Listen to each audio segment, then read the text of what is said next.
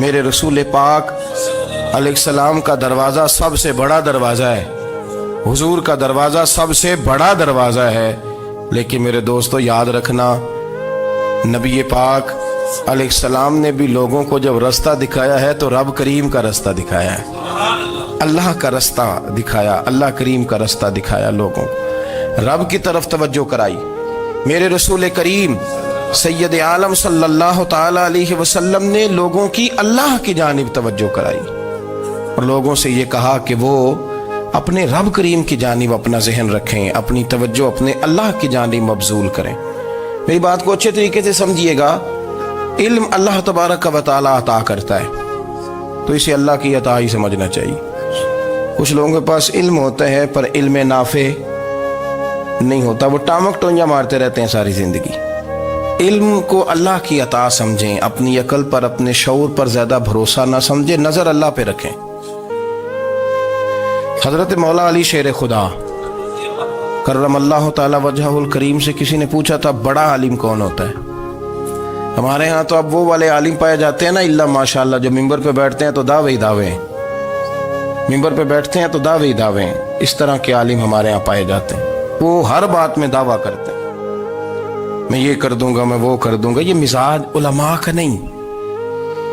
حضرت علی المرتضیٰ سے کسی نے پوچھا بڑا عالم کون ہوتا ہے؟ فرمایا بڑا عالم وہ ہوتا ہے کہ جسے مسئلے کا پتہ نہ ہو تو وہ کہہ دے مجھے نہیں پتا، میں پتہ کر کے بتاؤں گا، غلط بات بیان نہ کرے۔ امام مالک سے کسی نے کوئی مسئلہ پوچھا تو آپ فرمانے لگے مجھے اس سوال کا جواب نہیں آتا، ہمارے بزرگ سمجھاتے کیا ہے؟ وہ کہنے لگا آپ اتنے بڑے امام ہیں تو اس سوال کا جواب نہیں آتا۔ آپ فرمانے لگے اگر مجھے ہر سوال کا جواب آتا پھر تو میں خدا ہوتا، مجھے ہر سوال کا جواب نہیں آتا، مجھے تو اتنا آتا ہے جتنا میرے رب نے مجھے عطا کر دیا ہے۔ اپنی نظر اللہ پہ رکھیں، نکل آئیں اس معمے سے باہر کہ میں کوئی بلا ہوں، مجھے بڑا پتہ ہے، میرے پاس 6 ڈگریاں ہیں، مجھے 10 جگہ پہ تدریس کا شغف حاصل ہے، اس سے نکلیں باہر۔ قرآن مجید دیکھیے گا، اللہ تعالیٰ نے ارادہ قدرت فرمایا کہ میں حضرت آدم کو بناؤں گا، پھر بنانے کے بعد فرمایا فرشتوں سجدہ کرو آدم کو، سب نے سجدہ کیا الا ابلیس ابا واستکبر وکان من الکافرین، سب نے سجدہ کیا سوائے ابلیس کے، اس نے انکار بھی کیا، تکبر بھی کیا اور کافروں میں سے ہو گیا۔ تو یہ جب اللہ تعالیٰ نے سجدہ کرایا تو کیسے کرایا؟ اللہ تبارک و تعالیٰ نے نا حضرت آدم کو علم سکھایا خود، وعلم آدم الاسماء کلہا، خود اللہ فرماتے ہیں کہ میں نے جناب آدم علیہ السلام کو تمام اشیاء کے نام سکھائے، سب اشیاء کے نام سکھائے۔ تو وہ چیزیں پھر میں نے نا، اللہ فرماتے ہیں میں نے فرشتوں پہ پیش کی، میں نے کہا کہ بتاؤ ان کے نام کیا ہے، تو فرشتوں نے جو جواب دیا وہ سمجھنے والا ہے۔ اللہ نے چونکہ خود علم سکھایا تھا حضرت آدم کو، جناب آدم سکھایا تھا، لیکن فرشتوں کو نہیں سکھایا تھا۔ تو اللہ کریم نے فرمایا فرشتوں اب یہ بتاؤ ان چیزوں کے نام کیا ہیں؟ تو فرشتے کیا کہتے ہیں؟ فرشتے عرض کرتے ہیں قالوا سبحانک لا علم لنا۔ آپ کبھی یقین کریں اس چیز کی لذت لیں تو مزہ آ جائے۔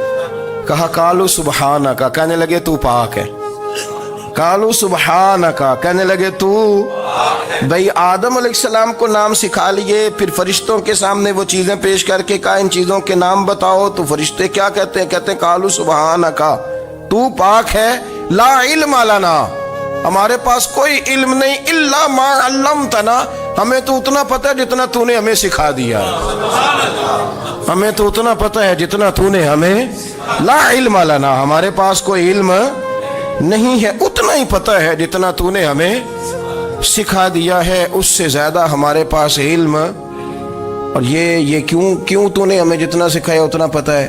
فرشتے یہ نہیں کہتے یا اللہ تو زیادہ سکھا، آدم کو دیا تو ہمیں بھی دے، یہ نہیں فرمایا، فرمایا انک انت العلیم الحکیم، اے اللہ تو علم والا بھی ہے اور حکمت والا بھی ہے، تجھے پتہ ہے کس کو کتنا دینا ہے، جتنا تو نے مناسب سمجھا جناب آدم کو دیا، اور جتنا تو نے بہتر سمجھا وہ تو نے ہمیں عطا فرمایا۔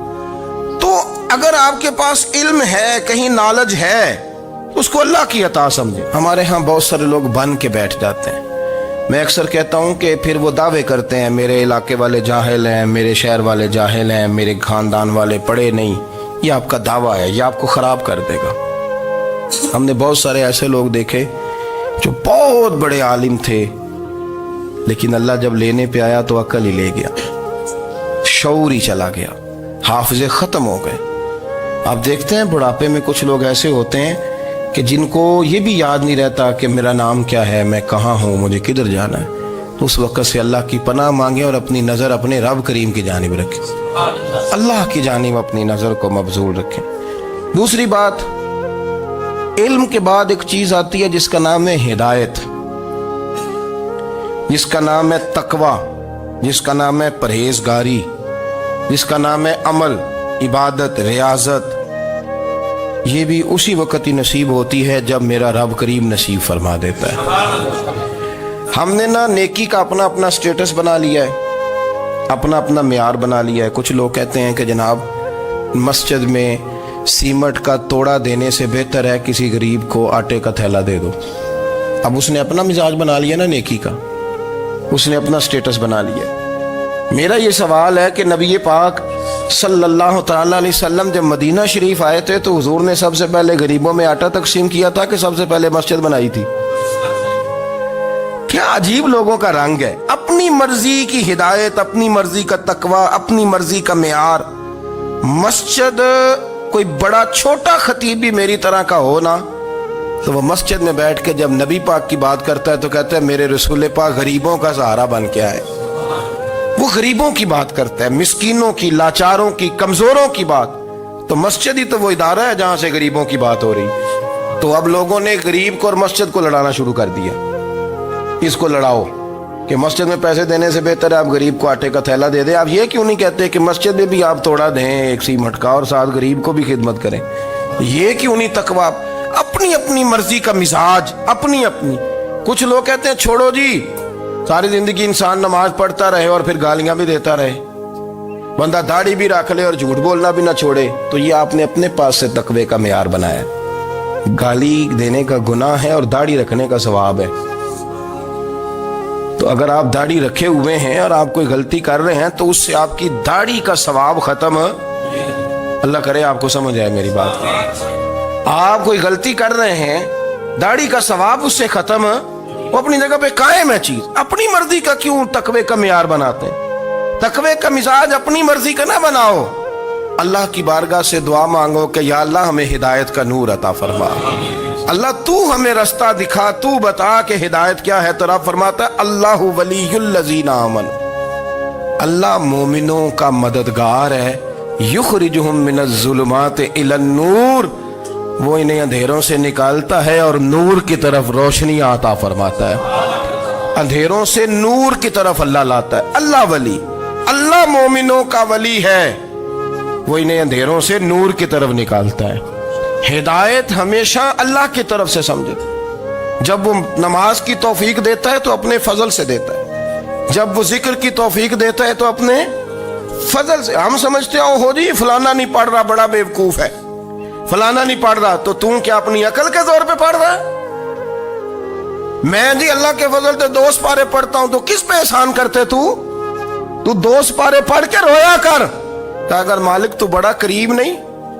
بڑے لوگ ہیں جن کو پورا قرآن حفظ ہے پر انہیں پڑھنے کی توفیق نہیں، تو انہیں فضل کیا اور مجھے توفیق دے دی ہے پڑھنے۔ رویا کر، پڑھ کے رویا کر، راتی ساری کر کر زاری، وہ نیند اکھاں تھی توندے تے فجرے اوہی گناہگار کہاون سب تو نیوے ہوندے۔ مہربانی کریں، ڈریں، نیکی کریں تو پھر ڈریں، پھر احساس پیدا کریں، پھر اپنے اندر وہ کمزوری لائیں کہ توبہ توبہ مجھے تو پتہ ہی نہیں، تو جانتا ہی نہیں۔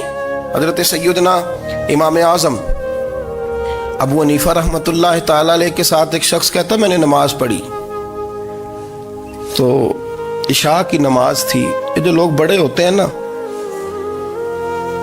جن کے پیار کرنے والے بڑے ہوتے ہیں، ان کے گرد خوف بھی بڑا ہی ہوتا ہے، انہیں بڑا ڈر لگتا ہے، بڑی بعض اوقات آزمائش ہوتی ہے ان کی۔ عشاء کی نماز کہتے پڑھی تو امام صاحب نے نا عشاء کی نماز میں تلاوت کی آیتیں فَمَن يَعْمَلْ مِثْقَالَ ذَرَّةٍ خَيْرًا يَرَهُ وَمَن يَعْمَلْ مِثْقَالَ ذَرَّةٍ شَرًّا يَرَهُ، فرمایا جو ذرہ برابر خیر کرے گا وہ بھی قیامت میں دیکھے گا، اور جو ذرہ برابر شر کرے گا وہ بھی قیامت میں اس شر کو دیکھے گا اس کے سامنے آئے گا. تو وہ شخص کہتا ہے کہ سارے لوگ نماز پڑھ کے چلے گئے تو امام صاحب رحمۃ اللہ علیہ نے اپنی داڑھی پکڑی رو رہے ہیں.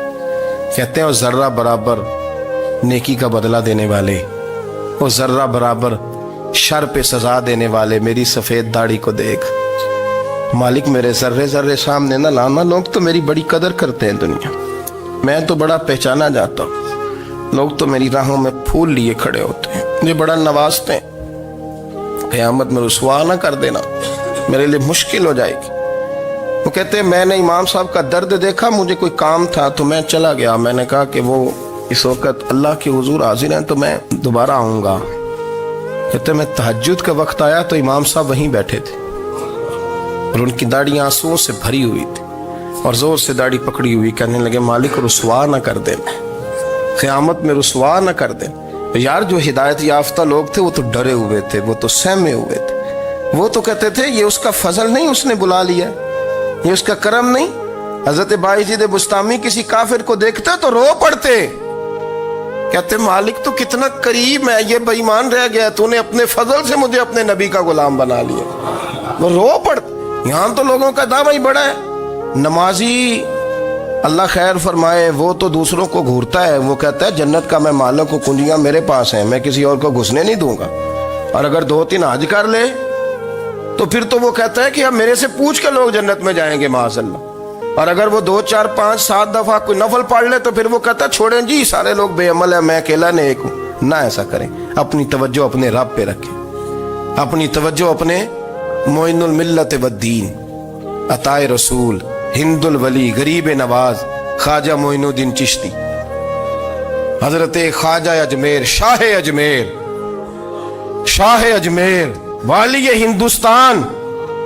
آخری عمر میں نا سارا دن روتے گزر جاتا، ساری رات روتے گزر جاتے، ذرا سی کوئی بات کرتا تو رو پڑتے، آنکھیں آنسوؤں سے بھری رہتی. کئی دفعہ اپنے بھی پریشان ہو جاتے ہیں نا کہ یار تو ایک بات کی جان ہی نہیں چھوڑ رہا. تو خواجہ قطب الدین صاحب بختیار کاکی سے لوگوں نے کہا کہ آپ مرشد سے بات کریں، اتنا بھی تو نہیں نہ رونا چاہیے، ہر وقت اس کے آنسو کی کریے. عاشق دا کام ہی رونا تونا تے بھی نہ رویو نہیں منظوری. یہ عاشق سدا ہی روندا رہندا ہے، پاویں وصل ہوئے تے پاویں دوری. ہر وقت رونے کا کیا مطلب ہے؟ تو خواجہ قطب صاحب کہتے ہیں میں قریب گیا تو میں نے پیر دبائے، میں نے کہا سونیا لوگ تو کچھ بھی نہیں کرتے، تو نے تو کمال کر دیا. 90 لاکھ آدمی مسلمان کر دیا، دنیا کچھ نہیں کرتی. تو نے 50 سال ساری رات مصلے پہ بیٹھ کے رب راضی کیا. تو شہزادہ تھا، حضور کی اولاد تھا، لیکن معین الدین تیرا ایک پلاٹ بھی نہیں. تو نے طالب علم پالے، انہیں غریبوں کو دیا، انہیں نوازا، کوئی شے نہیں تیرے پاس، ہر چیز تو نے. ساری رات روتے ہو، سارا دن روتے ہو. تو خواجہ قطب الدین صاحب کہتے ہیں میں نے جب عرض کیا تو خواجہ صاحب مجھے گلے لگا لی، چیخ مار کے روئے. کہنے لگے قطب الدین پتر داڑھی سفید ہو گئی، جانے کا وقت آ گیا. جو تو نے نیکیاں گنوائی ہیں وہ ہیں صحیح میرے پاس، پر یار کی بارگاہ میں پیش کرنے کے قابل ایک بھی نہیں، ایک بھی نہیں. تو بارگاہ تو دیکھ کتنی بڑی ہے، رسول کریم کی بارگاہ میں پیش کرنے کے قابل ان میں سے ایک بھی نہیں. تو آستانہ دیکھ کتنا بڑا ہے، کیا پیش کروں گا، کیا عرض کروں گا حضور کی بارگاہ میں، کس طرح. وہ یار جو بڑے تھے وہ تو ڈرے ہوئے تھے، سہمے ہوئے تھے، وہ تو بڑی آزمائش میں تھے. لیکن میرا اور آپ کا رٹا 2 نمازیں پڑھ کے 6 نمازوں کا دعویٰ کرنا اور لمبی چوڑی کہانیاں بنانا اور اپنے منہ سے اپنی تعریفیں کرنا، اس سے تھوڑا باہر آئیں. رزق بھی میرا اللہ ہی دیتا ہے، علم بھی اللہ دیتا ہے، رزق بھی. بڑے بڑے فقیروں کو مالدار ہوتے دیکھا، بڑے بڑے مالداروں کو فقیر ہوتے دیکھا. بڑے بڑے، میرے ایک بڑا سخی قسم کا سجن ہے، بڑا پیارا ہے، میں اسے سخی مانتا ہوں. میں نے اپنی پریشانیوں کے دنوں میں بھی اس شخص کو سخی دیکھا. ایک دن رات کو مجھے ٹیلی فون کر کے کہنے لگا کدھر ہو؟ میں نے کہا میں گھر ہوں. نہیں اکثر سفر میں ہوتے ہو نا؟ میں نے کہا طبیعت کیسی ہے؟ ٹھیک ہے، بس حال چال پوچھنا تھا. میں نے سمجھائی، میں نے کہا یار یہ کوئی مسئلہ ہے، ورنہ رات کے 2 بجے کوئی حال پوچھنے کو فون تو نہیں نہ کرتا، کوئی مطلب ایسا تو مسئلہ نہیں نا. تو میں نے بیک کال کی, میں نے کہا یار میری بات سن, مسئلہ کیا؟ کہ نہیں کچھ نہیں دل کر رہا تھا. میں کہا میری گل سن, رہے ہیں اسی 4-5 سال کٹھے, میں تین جاننا, اصل بات کر. کہنے لگا مکان بھی بڑا ہے, سارا کچھ ٹھیک ہے, پر وہ بڑا ہی بے نیاز ہے. کچھ حالات اس قسم کے آ گئے ہیں کہ لوگوں کو بتاؤں بھی تو لوگ ماننے کو تیار نہیں.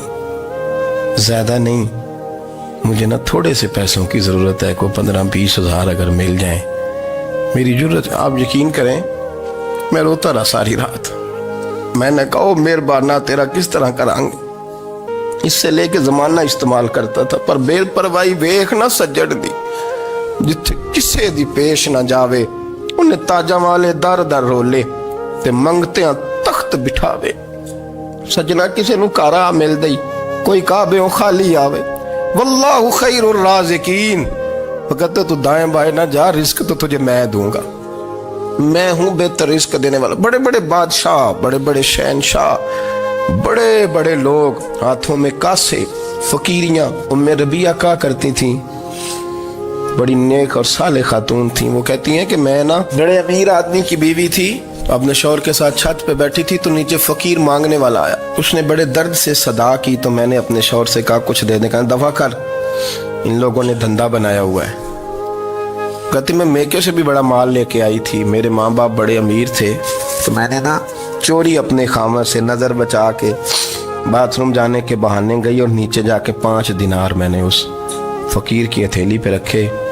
کہتے اس نے 5 دینار دیکھے, پھر میری طرف دیکھا تو میں نے اس کی آنکھوں میں آنسو چمکتے دیکھے. کہنے لگے بی بی رب تیرا بھلا کرے, میں 3 دنوں کا بھوکا ہوں. کہ وہ چلا گیا. میں گھر آ گئی, جب باہر آئی تو میرا شوہر کہنے لگا تو اتنی اب اتنی تو تیز ہو گئی ہے اور تو اتنی خود مختار ہو گئی ہے, میرے بغیر پوچھے مال خرچ کرے گی, جا تجھے 3 طلاقیں.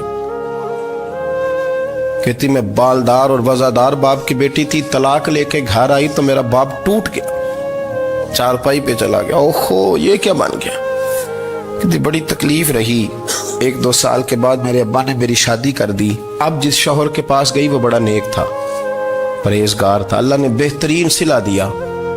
کہتی چھت پہ بیٹھی تھی, دروازے پہ فقیر آیا, میں نے شوہر سے کہا کچھ دے دوں. کہنے لگا 5 نہ دینا, 15 دینا, 20 دینا, میں فقیر ہوں, میں نے فقر سے دولت دیکھی ہے, اسے خالی نہ لوٹانا. کہتی ہے کہ میں نیچے گئی اور جب میں نے اس کی طرف دینار بڑھائے تو میری چیخ نکلی, پیسے پھینک کے میں بے ہوش ہو کے گری. میرا شوہر نے آ کے اٹھایا, اندر لے گیا, پانی منہ پہ چھڑکا. کہنے لگا تجھے کیا ہوا؟ کہنے لگی یہ جو مانگنے آیا یہ میرا پہلا شوہر تھا, وہی تھا جو کہتا تھا کہ تو 5 دینار دے آئیے, جا تجھے 3 طلاقیں. پڑھو نا حدیث پاک. میرے نبی پاک علیہ السلام نے فرمایا ایک بندہ گنجا تھا. گنجا, کوئی ترتیب آگے پیچھے ہو جائے تو مفہوم کے لحاظ سے, لیکن میں مفہوم اس کا واضح کرتا ہوں. ایک گنجا تھا, کوئی شے نہیں تھی, سر پہ بال بھی نہیں تھے, رویا کرتا تھا. اللہ تعالیٰ نے فرشتے کو بھیجا, تجھے کیا چاہیے؟ تو کہنے لگا بال آ جائیں اور تھوڑا مال آ جائے. فرشتے نے ہاتھ پھیرا تو بال بھی آ گئے, تو بکریاں بھی آ گئیں, لائنیں لگ گئیں, مال ہی مال ہو گئے. دوسرے کے پاس گیا, وہ کوڑا تھا, اس کو جا کے کہا کیا چاہیے؟ کہنے لگا شفا ہو جائے اور کچھ اللہ تعالیٰ آسانی کر دے. شفا بھی ہو گئی, گائیں بھی دے دی, بھینسیں بھی دے دی, مال ہی مال ہو. پھر ایک کے پاس گیا, وہ اندھا تھا, تجھے کیا چاہیے؟ اس نے کہا آنکھیں ملنے اور کچھ ساتھ اللہ مال دے دے. اونٹ ہی اونٹ ہو گئے. جب بڑا نواز دیا تو پھر مالک نے امتحان لینے کا ارادہ کیا. یاری تیری سونا ہے پر آزمائشاں بھی تیریاں اگ, آزمائشاں تیریاں, صحیح کہہ رہا ہوں, آزمائشاں تیریاں, یاری تیری سونا ہے پر آزمائشاں تیریاں. اے سونا پرکھیا جامدائی, پہلو نال لگاں دے لگ. اللہ نے فرمایا آزمائش کرو. سب سے پہلے گنجے کے پاس آئے, اسے کہا اللہ کے رستے میں کچھ دیکھا نہیں لگا, میرے خرچے ہی بڑے, دیکھو تو صحیح کتنی مشکل میں وقت گزارتا ہوں, حال ہی کوئی نہیں. تو اس نے کہا میں نے تو سنا ہے تو گنجا اور بھوکا ننگا تھا. کہنے لگا میں تو جدی پشتی رہی سے اعظم ہوں, تجھے کس پاگل نے کہا ہے بھاگ جا؟ اس نے کہا اچھا جیسے تو تھا ویسے ہی ہو جائے. کھیت کھلیان اجڑ گئے, پھر سے گنجا ہو گیا. حضور علیہ السلام فرمانے لگے, پھر وہ اس کے پاس گیا جو کوڑا تھا, اسے کہا کچھ دے. کہنے لگا خرچے ہی بڑے,